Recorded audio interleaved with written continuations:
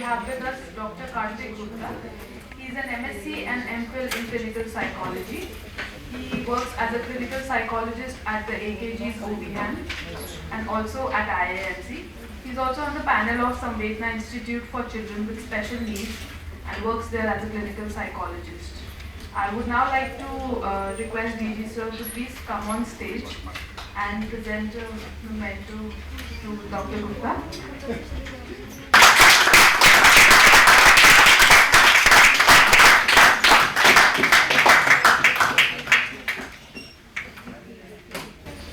Dr. Gupta will be speaking about.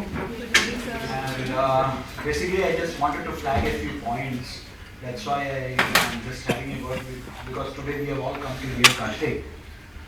You see, one is that I have been told that many of you are short of attendance. And if that is the case, I don't have powers beyond 5%. And that too only when there is genuine reason for that. We will not be able to accommodate if you don't have 75% attendance. I'm sorry to say that you will have to skip this examination. Those who don't have 75%, we will not be able to accommodate them. And if at all they have to ensure for any reason they are not able to, and if they can, we will give them some grace points, then they will have to complete it by the next session. Otherwise, we won't allow people to sit in the annual examinations also. That is for sure. And I don't think even the internship and placement committee is going to allow them to appear for placements also. So please be serious about your attendance. That is something that you have to, we had mentioned this a long time back even in the prospectus, and we are very clear about it. That's number one. Number two, that I am a little upset that we have created these facilities only for you. Earlier we never had, except for some MBBS general physicians coming, we did not have facilities here in terms of alternative medicine, yoga, clinical psychologist. ये सब पहली बार यहाँ मेरे आने के बाद मैंने introduce किया है, क्योंकि अगर आप लोगों को एलोपैथी से एलर्जी है या allopathy, because there is growing awareness about Ayush, that is why we introduced Ayurveda and homeopathy. And also I believe, I've been a field journalist for 3 decades. I believe that physical fitness is most important for a journalist. So along with your intellectual strength, it is also important that you remain physically fit, and that is why we have a yoga teacher. For a few months one yoga teacher came, nobody attended except some staff members. Now what is the position, Dr. Bhaiya? Mr. Vinod's son, he Yeah. is taking the yoga classes. But are students coming? Yes. I Alright. was attending Okay. it. I hope they are helpful to you. Please remember, nothing comes, free. These things are being provided to you free of cost, but it's at a cost to the institution. We are paying all our people. The other day, it is because of committed professionals that we are engaging, youngsters like Kartik. He just needs to come, sit there, sign the attendance, and he can go back. He came and told me that, sir, I'm sorry, I don't find any, here a point coming all the way here. He comes from Rajouri Garden. He says that nobody comes to meet me. If you are a clinical psychologist and you are all going through a transition phase in your life, your career, your home front, your personal front, your professional front. So clinical psychologist does not mean, that you have a psychological problem. It only means that he is a friend who can give you an impartial advice. Because a personal friend always has his own bias and prejudice. Here he is a friend who will give you an advice from a different perspective, who will enable you, rather than giving you an advice, he will enable you, facilitate you to come with your own solutions. Isn't it, Kapil? That's what clinical psychology is all about. He will say, where is the solution? The solution is with you only. Now, he has been coming here, and every Friday he comes at 5 o'clock. But we found that Fridays, because we have these sessions, interactive sessions Friday afternoons, so maybe you are not able to, so we have requested him that from next week it should be Wednesdays. Wednesdays 5 o'clock. Wednesday 5 o'clock he is in the wellness clinic. Please avail the facilities. It is for you only, not for us. So please meet him in confidence. If necessary, he will give you his contact number. You can go and meet him in his clinic. And we got him precisely because you will be able to gel with him. Because he is of your age, almost. Right? And he is a young man. So you would be able to, you may not be comfortable talking to an elderly person. So he is like a friend to you. So that's the reason he is here. So please avail us. So I requested him when he came and told me that, look, students are not availing of my services. I said that let's do one thing, that please avail of his services. And I requested him, why don't you, because examinations are coming, give them some good tips, and how to overcome these examination blues. Attendance blues he cannot have. That only I can, to some extent. So please extend our cooperation and exploit him. And last but not the least, day after tomorrow, when this semester concludes virtually, isn't it? I think that's perhaps the last working day of this semester.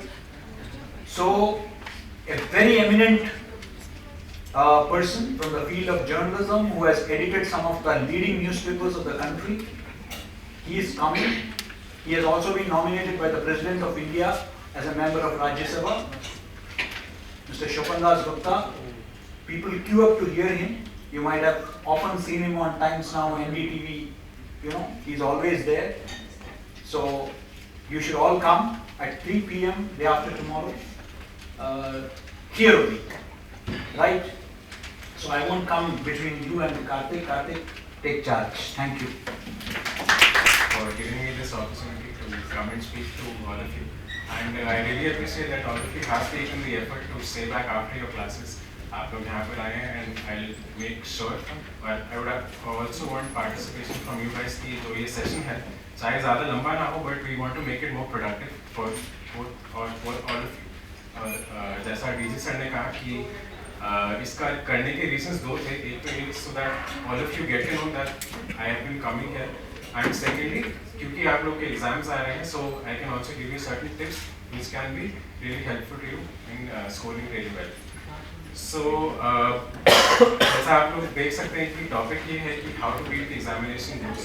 हम सभी ने कभी ना कभी at some point of time in our lives हम खुद ने examination blues है, exam anxiety है, इसको experience किया है, चाहे खुद किया हो, चाहे हमारे दोस्तों को हमने देखा हो करते हुए anxious होते हुए.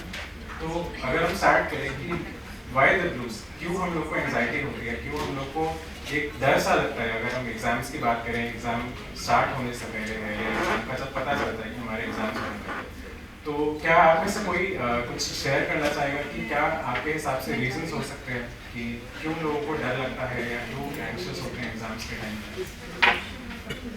If you have a problem saying that before me, I will leave. Let it be a session between you and the youngsters. Thank you. आप में से कोई स्टार्ट करना चाहेगा, शेयर करना चाहेगा?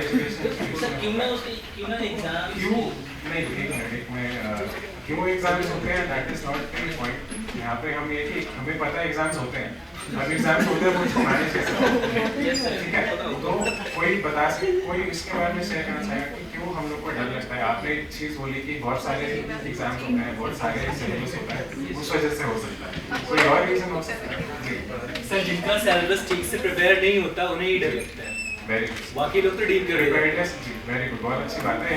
प्रिपेयर्डनेस बहुत इंपॉर्टेंट फैक्टर है. सर दूसरी वजह इसकी ये खास हो सकती है कि चूंकि ज़हनी तौर से हम तैयार नहीं रहते हैं, पढ़ते तो हैं मुसलसल, लेकिन ज़हनी जॉब करेंगे तो मतलब कितने रन मार लोगे आप अगर स्लो बॉल से लाके रन लोगे, तो इनिंग्स तो शुरू से बनाना जरूरी है, तैयार होना चाहिए एग्जाम के समय जी।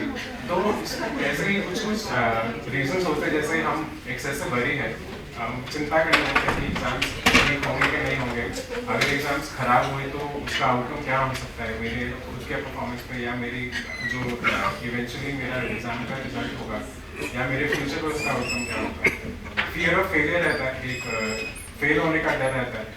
इसके बारे में आगे और बात करेंगे कि जो ये डर है कि क्यों होता है। बर्डन ऑफ एक्सपेक्टेशंस है, आप में से आई थिंक काफ़ी लोग हैं जो हॉस्टलर्स हैं, घर से दूर रह रहे हैं, तो आपका खुद का एक्सपेक्टेशन होता है अपने आप से, आपकी फैमिली की एक्सपेक्टेशन होती है, आपको कहीं ना कहीं लगता है कि ये मेरे टीचर से भी को भी मुझसे कुछ एक्सपेक्टेशंस हैं, तो कैसे मैं उन एक्सपेक्टेशन से खरा उतरूँ, तो कहीं ना कहीं वो भी हम बर्डन अपने ऊपर लेने लगते हैं। और ये सब मैं इसलिए और अच्छे से बता सकता हूँ बिकॉज जैसा सर ने बोला, मैं इतना बड़ा नहीं हूँ, मेरी अभी फॉर्मल एजुकेशन कुछ टाइम पहले ही खत्म हो गया, सो मैंने भी कुछ महीनों पहले ही बल्कि अपने एमफिल के एग्जाम्स दिए हैं, so I have been through these things, और इसलिए इसको अच्छे से शेयर कर सकते हैं। कंपटीशन है आप कोई भी फील्ड में जाए, जर्नलिज्म का है, हमारे साइकोलॉजी में आप कोई भी फील्ड है, आपको लगता है कि शायद यहाँ पे लोग कम होंगे, तो हम कई लोग इसलिए चूज करते हैं कि कंपटीशन इसमें कम होगा, बट इवेंचुअली कंपटीशन हर जगह बहुत है।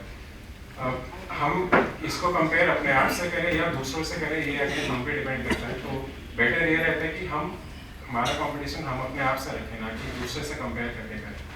लैक ऑफ प्रिपरेशन, जो बात आपने पहले बोली, और नेगेटिव थिंकिंग कि मैं ये नहीं कर पाऊंगा, या लास्ट टाइम जब एग्जाम्स होते तब भी मैं अच्छे से प्रिपेयर नहीं किया, या मेरे मार्क्स अच्छे नहीं आए, इस बार भी नहीं आएंगे, तो कहीं ना कहीं एक वो हम साइकिल में उस तरह की सोच की साइकिल में फंस जाते हैं, नेगेटिव सोचने के कि मुझसे नहीं होगा, मैं फिर फेल हो जाऊंगा, अगर फेल हुआ तो क्या हो जाएगा।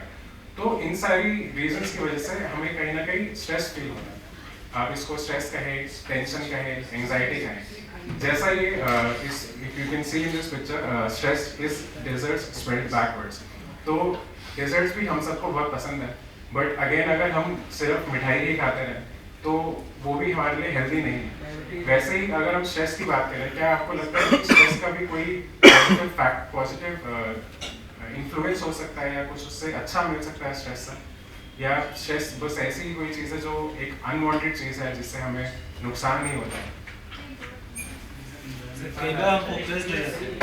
बहुत कुछ मायने रखता है, उसका फायदा भी है। It is something that is normal. Sir ने अभी ये चीज़ बोला था कि क्लिनिकल साइकोलॉजिस्ट होना या क्लिनिकल साइकोलॉजिस्ट के पास जाना, इसका मतलब ये नहीं है कि आप पागल हैं या आप बीमार हैं, आप किसी भी रीज़न से आ सकते हैं, आपको कोई भी अगर इशू है।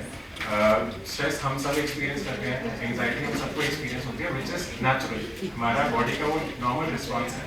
तो हम अगर इसमें बात करें हेल्दी स्ट्रेस की, जिसको हम यूज स्ट्रेस बोलते हैं, स्ट्रेस का फायदा है, जैसा अभी इन्होंने बोला कि अगर बिल्कुल हमें टेंशन नहीं होगी, बिल्कुल परवाह नहीं होगी, तो मोटिवेशन भी नहीं आता पढ़ने का कि यार ठीक है देख लेंगे। अगर थोड़ा सा डर होगा, थोड़ा हमें अंदर से होगा कि नहीं हमें अच्छा परफॉर्म करना है, स्ट्रेस होगा, then only we put in the efforts. But अगर वो स्ट्रेस हद से ज़्यादा होने लगे कि हम उसको मैनेज नहीं कर पा रहे हैं, तो वो प्रॉब्लम है जिसको हम डिस्ट्रेस बोलते हैं। तो इस सेशन का मेन मोटिव यही है कि आप सब ये लोग जानते होंगे कि स्ट्रेस क्या होता है, क्यों एक्सपीरियंस होता है, बट इसको बेटर डील कैसे कर सकते हैं, इसके लिए हम लोग ये सेशन यहाँ पे कर रहे हैं। परफॉर्मेंस एंजाइटी रिलेशनशिप, अभी हमने इस बारे में भी पहले बात किया था कि अगर बिल्कुल भी, जैसे आप ये इस ग्राफ में देख सकते हैं, बेल शेप्ड कर्व है इसका, अगर स्ट्रेस लो है तो जो परफॉर्मेंस है वो भी लो होने के बहुत ज़्यादा चांसेस होते हैं, क्योंकि ना कोई हमें मोटिवेशन आता है, ना किसी तरह का डर होता है, तो परफॉर्मेंस हम अच्छे से दे सकते हैं, उतना बेटर परफॉर्म नहीं कर पाते। तो अगर एक लेवल तक हमें स्ट्रेस होता है, हमें डर होता है, वो हमारी परफॉर्मेंस को भी इन्हांस करता है, क्योंकि because we are alert at that time, we are motivated to perform better and we pay more attention to the task, we prepare well. But at the same time अगर amount of stress that you are experiencing, अगर आपको tension है, stress ज़्यादा महसूस हो रहा है, तो it can have a negative impact on the your overall performance also. तो इसलिए some amount of stress is important, but अगर ज़्यादा हो रहा है then it is detrimental to the performance. Coming to exam anxiety, इसको हम बेसिकली दो पार्ट्स में समझ सकते हैं। एक होता है एंटिसिपेटरी, जो कि है सपोज आप, आई थिंक आप लोग के एग्जाम्स नेक्स्ट वीक से है या आफ्टर 10 डेज ऐसा कुछ है, 10 मतलब 10-12 दिन के बाद एग्जाम्स। तो एंटिसिपेटरी एग्जाम एंग्जाइटी की अगर हम बात करें तो it has got more to do with before the exams कि इतना सारा सिलेबस है, मैं कैसे कवर करूँगा, मैं प्लान कैसे करूँगा, if I fail then what will happen, if I am not able to do well then what will happen. तो we are anticipating something wrong might happen. इस एंटिसिपेशन में क्या होता है, स्ट्रेस इतना बढ़ जाता है that you actually end up doing nothing. दूसरा हो सकता है सिचुएशनल, हो सकता है which happens when you are right there in the examination hall. अगर आप एग्जामिनेशन हॉल एंटर किया and you are sitting on at your seat, आप वेट करेंगे कि क्वेश्चन पेपर आपके हाथ में आएगा, उससे पहले की जो एंग्जाइटी होती है या हॉल एंटर करने से पहले की एंग्जाइटी क्या होती है। So that is limited only to that situation. आपने प्रॉब्ली बहुत अच्छे से प्रिपेयर किया है, आपने बहुत मेहनत करी है, आपको याद है सब, but when you enter the examination hall, बहुत हम लोग मैंने कई ऐसे स्टूडेंट्स देखे हैं जो हमारे पास आए हैं कि जो बोलते हैं कि सब अच्छे से पता होता है, समझ आता है, but when I am sitting in the examination hall मैं सब भूल जाता हूँ, ब्लैंक आउट हो जाता है या उस टाइम में लिख नहीं पाता। एग्जाम का टाइम खत्म होता है, when I come back home and see the question paper, then I can rewrite the examination the answers very well, but उस टाइम पे नहीं कर पाता। तो ये सिचुएशनल एग्जाम एंग्जाइटी होती है। और तीसरे तरह के भी लोग होते हैं जिनको दोनों हो सकते हैं कि एग्जाम एंग्जाइटी में एंटिसिपेटरी भी होता है और सिचुएशनल भी हो सकता है। तो इसमें हम अगर बात करें स्ट्रेस की या एंग्जाइटी की, तो उसके there are certain identifying factors या you can signs that you can identify. अगर आप किसी चीज़ पे काम करना चाहते हैं, सबसे ज़रूरी है कि आप उसको आइडेंटिफाई कर पाएँ। अगर आप आइडेंटिफाई नहीं कर पाएंगे तो आप उसके ऊपर एक्शन कुछ नहीं ले सकते। तो इसका हम बेसिकली देखते हैं कि the signs can be physical, psychological and even behavioural, और ये आपके एग्जाम प्रिपरेशन के दौरान भी हो सकते हैं, एग्जामिनेशन के टाइम पे भी हो सकते हैं। जैसे हम फिजिकल की बात करें, कई लोगों को टेंशन से हेडेक होने लगता है, सिर भारी होने लगता है, बहुत लोग होते हैं जिनका पेट खराब हो जाता है, उनको फीवर आने लगता है, उनको लूज मोशंस होने लगते हैं। Sweating is a very common response anxiety के में। लेकिन अगर आप देखें बंदों का हाथ में पसीना ज़्यादा आया होता है या हाथ पैर ठंडे होने लगते हैं, हार्ट बीट तेज हो जाती है, ड्राई माउथ होने लगता है, वो बार बार अपने लिप्स को ऐसे गीला करते हैं बिकॉज मुंह सूख रहा होता है। So these are physical science that you can identify कि अगर ये सब हो रहा है तो प्रॉब्ली आप यूर फीलिंग एंग्शियस और you're feeling stress out. Psychological हो सकते हैं कि आपको डर लगना, डर की वजह से यू फील हेल्पलेस कि मुझसे नहीं होगा, मैं अब कुछ भी हो जाए ना, मैं इस एग्जाम में अच्छा नहीं परफॉर्म नहीं कर पाऊंगा, चाहे मेरा कोई दोस्त आके हेल्प करे, चाहे मैं जितना मर्जी एफर्ट पुट इन करूँ, but I will not be able to perform well. गुस्सा आने लगता है, गुस्सा अपने आप पे हो सकता है, गुस्सा सिचुएशन पे हो सकता है, गुस्सा फैकल्टी पे हो सकता है कि उन लोगों ने हमें नहीं पढ़ाया तो हम how do they expect for us to perform well, या अपने ऊपर हो सकता है कि क्यों मैंने पहले इसके लिए अच्छे से प्रिपेयर नहीं किया। So these are certain signs that you're getting stressed out. Negative thinking again, मैं नहीं कर पाऊंगा, मुझसे नहीं होगा, मैं फेलियर हूँ, मैं अभी ये सब कभी हैंडल नहीं कर सकता, खुद में कॉन्फिडेंस नहीं रहता। बिहेवियरल हो सकते हैं जिसमें जब आप पढ़ने बैठते हैं, you are having difficulty in paying attention, आप कॉन्सेंट्रेट नहीं कर पा रहे हैं, आपको चीज़ें याद करने में दिक्कत हो रही है, सिंपल चीज़ें हैं, आप उसमें डिसीजन नहीं ले पा रहे कि ये करना है ये करना है, because you are not able to focus. कई लोग होते हैं जो दे स्टार्ट स्मोकिंग हेवीली और they start drinking alcohol more और taking other drugs to deal with this anxiety और to deal with this stress. ये स्टूडेंट लाइफ में स्पेशली बहुत कॉमन है। ये हमने ड्यूरिंग आवर मतलब मैंने काम किया है, जहाँ मैंने अपनी एमफिल किया है, मैंने बहुत स्टूडेंट्स ऐसे देखे हैं जो एग्जामिनेशन के टाइम पे specially they start taking more cigarettes, they start taking alcohol more या कोई और ड्रग्स लेते हैं, बिकॉज उनको ऐसा फील होता है कि they help them to relax, but in the short term it might help, but उनके जो लॉन्ग टर्म इफेक्ट्स होते हैं they are very very dangerous. So I would really want to caution you for using any kind of substances और drugs for dealing with stress.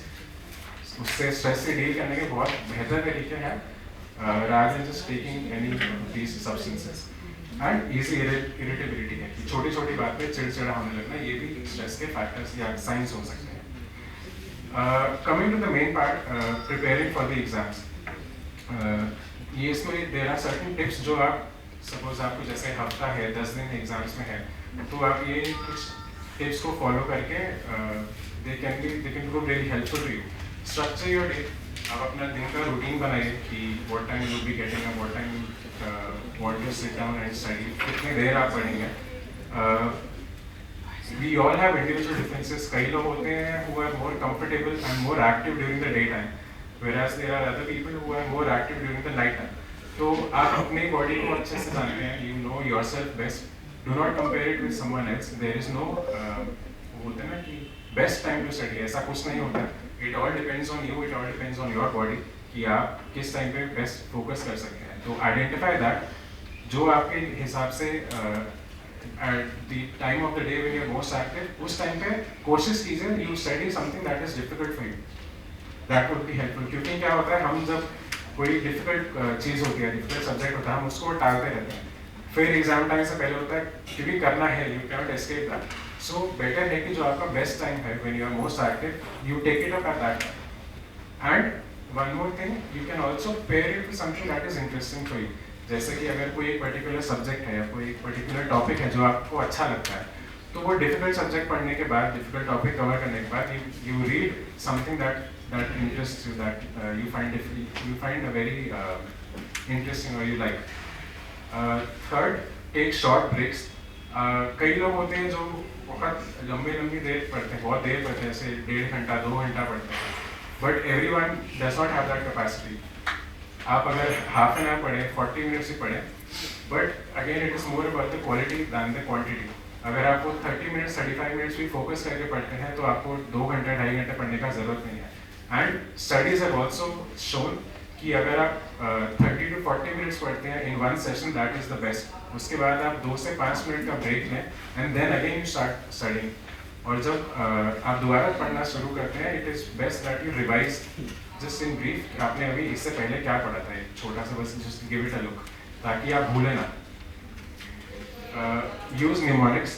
I think आप लोगों ने ये school में पढ़ा होगा, क्योंकि और आप लोग जानते हैं क्या होता है, क्या है? Very good. तो हमने इसमें क्या किया कि जो कलर्स हैं उनका जो फर्स्ट लेटर है उससे एक वर्ड बना दिया जिससे हमें याद है. आप इस पिक्चर में भी देख सकते हैं. प्रिपेयर वेल के लिए भी प्रिपेयर भी एक इन्होंने निमोनिक बनाया है and they have different tips from the word prepare itself.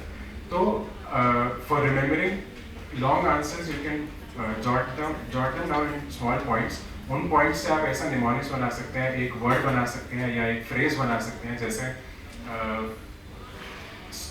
जो सोलर सिस्टम है हमारा, उसके जो 9 planets हैं उनको याद, उनका ऑर्डर याद करने के लिए भी एक सेंटेंस है. आई गेस आप लोगों ने वो सुना होगा बचपन में कि माई वेरी इंथुजियास्टिक मदर, ऐसा पूरा करके. सो हर प्लैनेट का जो, हर वर्ड का जो फर्स्ट लेटर है that stands for a planet, तो आपको वो ऑर्डर में याद रहता है. So this is a tip that is very helpful which has been used by people and इससे आपका डेफिनेटली याद रहता है और आप एग्जाम टाइम पे इसको लिख पाएंगे. Balance diet and regular exercise very important. मैं खुद हॉस्टल में रहा हूँ तो मुझे पता है कि हम we have this tendency to खाने पीने पे थोड़ा ध्यान नहीं देते एग्जाम टाइम पे. एक्सरसाइज तो दूर की बात हो जाती है करना, बट ये ज़रूरी है उस टाइम पे. You take care of your physical health because it will definitely have an impact on your mental health also. तो अपने खाने पीने का ध्यान रखें, अपनी एक्सरसाइज रेगुलर करें at least for half an hour. ज़रूरी नहीं है कि आप हैवी वर्कआउट करें, वट एवर यू लाइक. आप कोई स्पोर्ट खेलते हैं, आप वॉक पे जाते हैं, आप जॉगिंग करते हैं, एनीथिंग दैट सूट्स यू, आप वो चीज़ कर सकते हैं. इसमें एक चीज़ और जो मिसिंग है दैट इज स्लीप. सबसे ज़रूरी है हम 5 से 6 घंटे रोज़ अपनी नींद पूरी करें और हो सके तो रात में. ये नहीं कि आप रात भर पढ़ रहे हैं दिन में सो जाएं. For some it can work but for the others it might not. तो 5 से 6 घंटे का quality sleep is very important. ये था जनरल में. Now I will be taking up things कि आप जैसे आपका कल एग्जाम है तो just a day before your exam what all tips और what all things can help you to face the situation in a much better way. Again get adequate sleep. रात भर जाग के आप अगर एग्जामिनेशन हॉल में जाएंगे तो बहुत हाई चांसेस हैं कि आप वहाँ पर स्लीपी होंगे, आपको ढंग से याद नहीं आएगा, ब्लैकआउट होने के चांसेस बहुत हाई रहते हैं. So again, 5 to 6 hours of sleep before your exam is very very important. Have light breakfast. खाली पेट एग्जामिनेशन हॉल में मत जाइए. आप थोड़ा सा बहुत हैवी खाने की जरूरत नहीं है, बट हैव समथिंग एटलीस्ट. आप दूध के साथ कोई फ्रूट खा लीजिए या सैंडविच खा लीजिए, but have something and then go for your exams. Pack your bag and keep enough stationery the night before itself. सुबह सुबह उठ के आप ये नहीं होना चाहिए कि आप भाग रहे हैं, अपनी चीज़ें ढूंढ रहे हैं, पेन पेंसिल है कि नहीं है, रूलर है कि नहीं है. आप हर चीज़ को एक रात पहले ही अपने बैग में तैयार करके रखें. Have enough of them.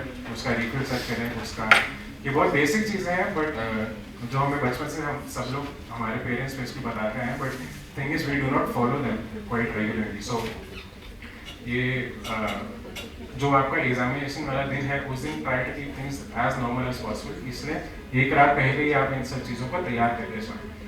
Avoid talking to friends जो स्पीक नेगेटिवली. अगर आपके दोस्त ऐसे हैं जो बहुत खुद टेंशन लेते हैं और दूसरों को भी टेंशन में डालने का चांसेस रहते हैं, बेटर है आप उनसे एग्जाम के एक दिन पहले या कुछ दिन पहले उनसे दूर रहें, बिकॉज उसका नेगेटिविटी, उनका tension, it can get transfer to you also. तो इस चीज़ का भी ध्यान रखें. Again, engage in positive self-talk. You give statements to yourself that you have prepared well and you are ready to face the exam and you will give it your best, no matter how the exam comes or the questions come. During the exam, जब आप examination hall में आ गए हैं, when you are sitting on your chair and waiting for the exam paper to be given, आप उस time पे wait कीजिए. You relax, take some long deep breaths.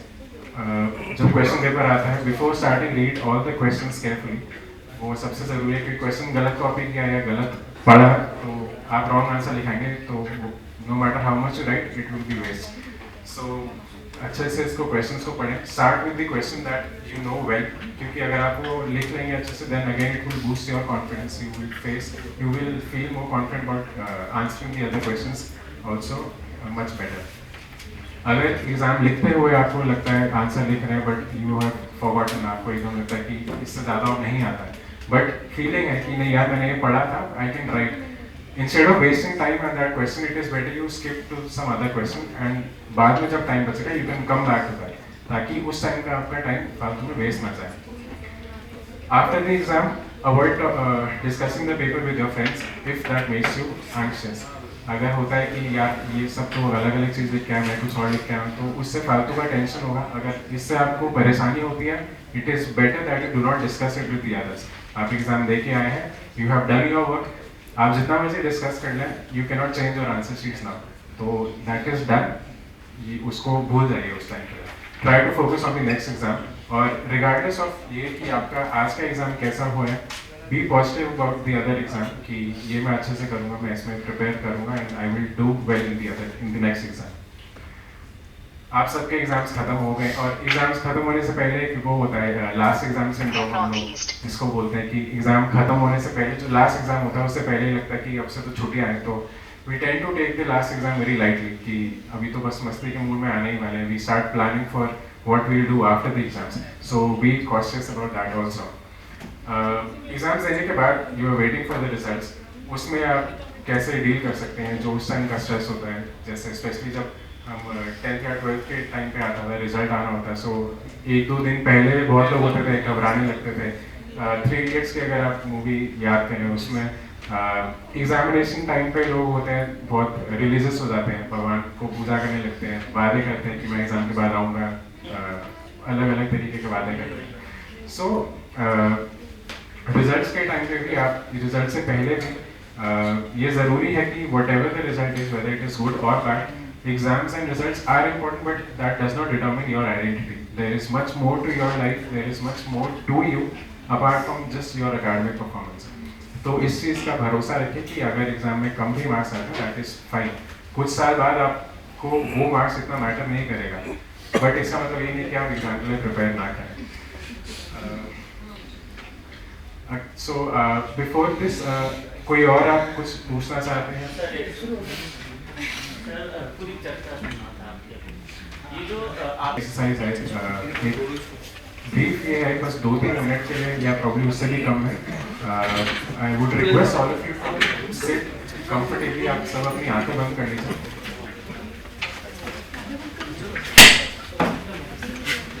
कब कर सकते हैं. सो आप में से जो इंटरेस्टेड है, ऐसा कुछ कंपल्सन नहीं है, इफ एनीवन इज इंटरेस्टेड आप अभी करेंगे? हाँ अभी करना है, डेमो अभी के लिए है, तो आप कंफर्टेबली अपने चेयर में बैठ जाइए and close your eyes.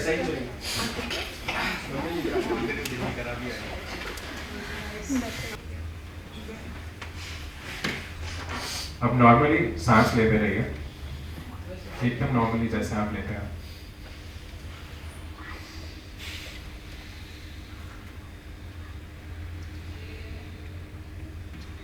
Body को बिल्कुल लूज छोड़ दीजिए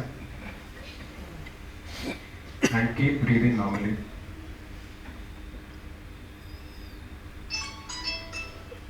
करते हैं, सांस अंदर लेते हैं तो अपने पेट को बाहर निकालिए, होल्ड योर ब्रेथ, थोड़ी देर सांस रोकिए और अब धीरे धीरे छोड़ दीजिए, नाक से ही, मुंह से नहीं। इनहेल करते हैं तो आपकी नाक के टिप पे एक ठंडा सेंसेशन फील होगा, उसको महसूस कीजिए। आपका ध्यान सिर्फ अपनी सांस पर, मन में किसी भी तरह के विचार आ रहे हैं, कोई थॉट्स आ रहे हैं, let them come and let them go. Focus on your breathing.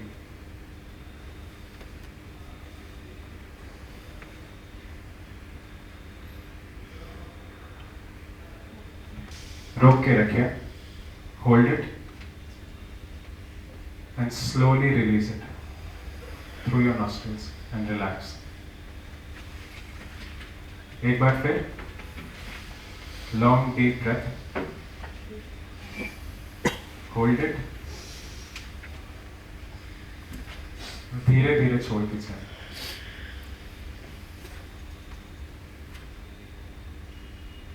एक बार फिर लास्ट टाइम, लंबी गहरी सांस, रोक के रखिए और धीरे धीरे छोड़ दीजिए। Continue to focus on your breathing, normal process, rhythmic process.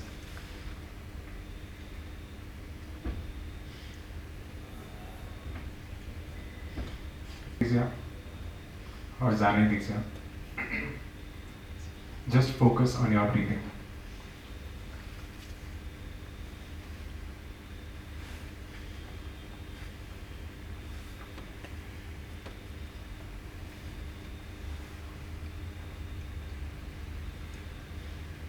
अब आपका जब मन करे आप धीरे धीरे अपनी आंखें खोल सकते हैं।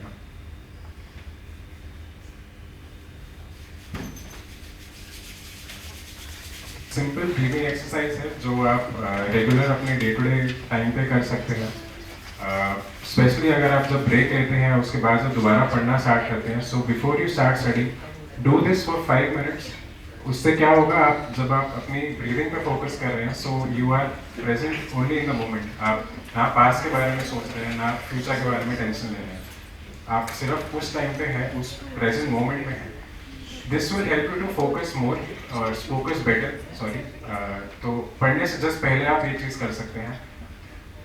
दूसरा, एग्जामिनेशन हॉल में जब आप क्वेश्चन पेपर का वेट कर रहे हैं और आप उस टाइम पे, जो मैंने पहले बताया था कि देयर आर सम साइंस, आपको फिजिकली, साइकोलॉजिकली या बिहेवियरली आपको लग रहा है कि आप एंग्शियस हो रहे हैं, स्ट्रेस आउट हो रहे हैं, that time also this exercise can be very helpful. आप इसको 5 मिनट के लिए कीजिए, 10 मिनट के लिए प्रैक्टिस के लिए कर सकते हैं, बट एग्जामिनेशन हॉल में प्रॉब्ली 5 मिनट ही मिलेगा, उस टाइम कर सकते हैं। और even during when you are writing the exam, again जब आप उसको उस टाइम पे फीलिंग होता है कि आप ब्लैंक आउट हो रहे हैं या आपको याद नहीं आ रहा है, जस्ट काम डाउन, रिलैक्स, अपनी आंखें बंद करके सिर्फ एक 2 या 3 बारी ऐसा डीप ब्रीदिंग कीजिए। Try to come back to that present moment और देन यू मूव। क्योंकि उस टाइम पे अगर आप एंग्शियस होंगे, it is not going to help you, it will be counter productive to जितना आपने मेहनत किया है, जितना आप एक्चुअली कर सकते हैं। So this exercise is very helpful. ये मैं खुद करता हूँ, मैंने बहुत सारे स्टूडेंट्स को बोला है, बहुत लोगों ने यही बोला है कि it is very very helpful, specially जब आप पढ़ने के टाइम पे करते हैं या एग्जामिनेशन हॉल में करते हैं, तो आपको इट हेल्प्स यू रिलैक्स। आप लोगों ने अभी भी किया है तो आई गेस सब लोगों का डिफरेंट एक्सपीरियंस होगा। कैसे उनको लगा. ज़रूरी नहीं है कि आप सब रिलैक्स हुए हो, but this was the motive of this demo कि आप ये चीज़ समझ सकें और आप इसको रूटीन में प्रैक्टिस करें. आप you can start with 5 minutes or 10 minutes of this exercise and then you can increase the time to feel more relaxed generally also. So with this I would like to conclude the session. Simple सा ही इसका message है कि don't stress, be your best and forget the rest. So I wish you all the very best for your exams and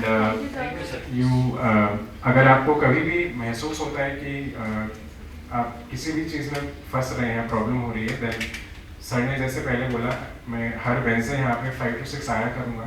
you have your faculty, मैं यहाँ पे आ रहा हूँ, so you can any time come and discuss it with me और with any of your faculty. अगर आपको ज़रूरत महसूस होती है, कोई आपको कंपल्सन नहीं है, but we are there for you. अगर आपको ज़रूरत है, वी आर देयर.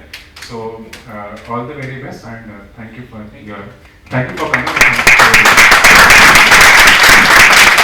इसमें कोई जनरलाइज नहीं करना चाहूँगा. कई लोग होते हैं जो इवन गाने सुनते हुए पढ़ते हैं,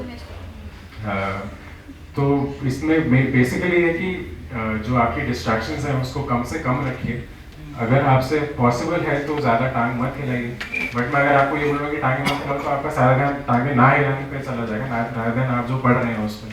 तो अगर आपको वो आदत है, आप उससे कंफर्टेबल है, यू डेफिनेटली डू इट, उससे कोई प्रॉब्लम नहीं है. बट अगर आपको लग रहा है कि उस वजह से आप फोकस नहीं कर पा रहे हैं, देन अगेन दिस जो एक्सरसाइज जो अभी करा है, ब्रीदिंग एक्सरसाइज है, उस टाइम पे try to stay relax, try to stay still.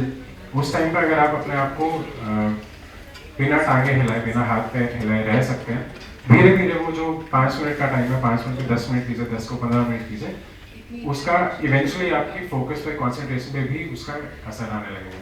But मैं अगेन दोबारा मैं इस चीज़ को हाईलाइट कर दूँ कि अगर आपको उससे प्रॉब्लम है, तो अगर सिर्फ ये है कि पैर हिलते हैं बट आपको प्रॉब्लम नहीं है, you can continue with it. Problem होती है उससे, डिस्ट्रैक्शन होता है उससे, हाँ, तो उस टाइम पे आप ये जो ब्रीदिंग एक्सरसाइज है इसको ज़्यादा करने की कोशिश कीजिए कि अगर आप जितना स्टिल रह सकेंगे आपका फोकस उतना ही बेटर होगा. जी